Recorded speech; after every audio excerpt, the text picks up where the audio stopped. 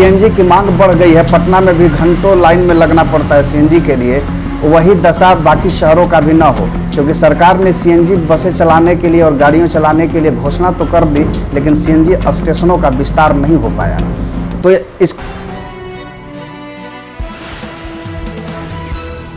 और इधर पटना के बाद अब बिहार के सभी बड़े शहरों में सीएनजी बसों को चलाने की तैयारी की जा रही है। इसके लिए पटना के बाहर अन्य जिलों में भी नए सीएनजी स्टेशन खोलने और पाइपलाइन विस्तार में तेजी लाने के निर्देश दिए गए हैं। सीएनजी बसें चलने से वायु प्रदूषण में कमी आएगी। डीजल बसों के मुकाबले सीएनजी गाड़ियों के संचालन की लागत कम होती है। ऐसे में लोगों को भी कम दाम में सफ़र का आनंद मिलेगा। राज्य परिवहन विभाग ने इसकी तैयारी शुरू कर दी है। विभाग ने पिछले दिनों सीएनजी प्रदाता गेल, IOCL, थिंक गैस और IIPGPL के प्रतिनिधियों के साथ बैठक की है। इसमें मौजूदा सीएनजी स्टेशनों की स्थिति, नए सीएनजी स्टेशनों की स्थापना और पाइपलाइन के विस्तार की समीक्षा की गई है। नए स्टेशन खुलने के बाद सीएनजी बसों की संख्या बढ़ाई जा सकती है।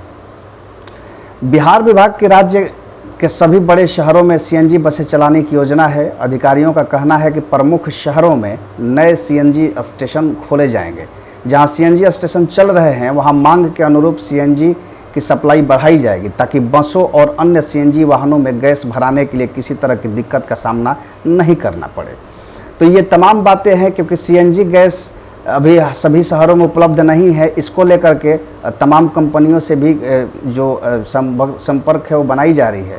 संपीड़ित प्राकृतिक गैस यानी कि सीएनजी ऑटो फ्यूल के लिए पेट्रोल डीजल का एक विकल्प है। दिल्ली, मुंबई समेत देश के सभी बड़े शहरों में सार्वजनिक परिवहन सीएनजी पर आधारित है।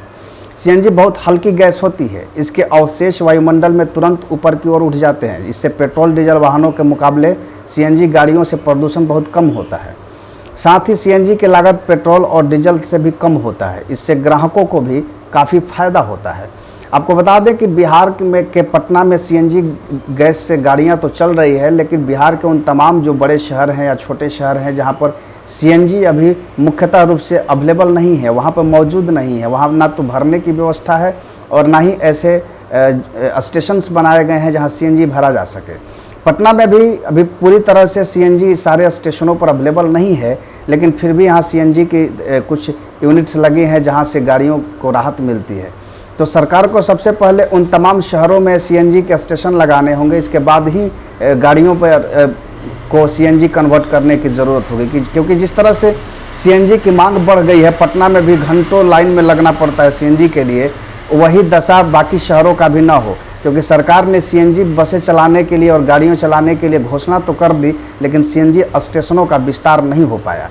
तो इसको लेकर के भी कहीं ना कहीं जो ऑटो संघ वाले हैं वो भी आवाज़ उठाते हैं, क्योंकि उन्हें भी 2-2, 3-3 घंटे लाइन में लगने के बाद सीएनजी गैस मिल पाता है।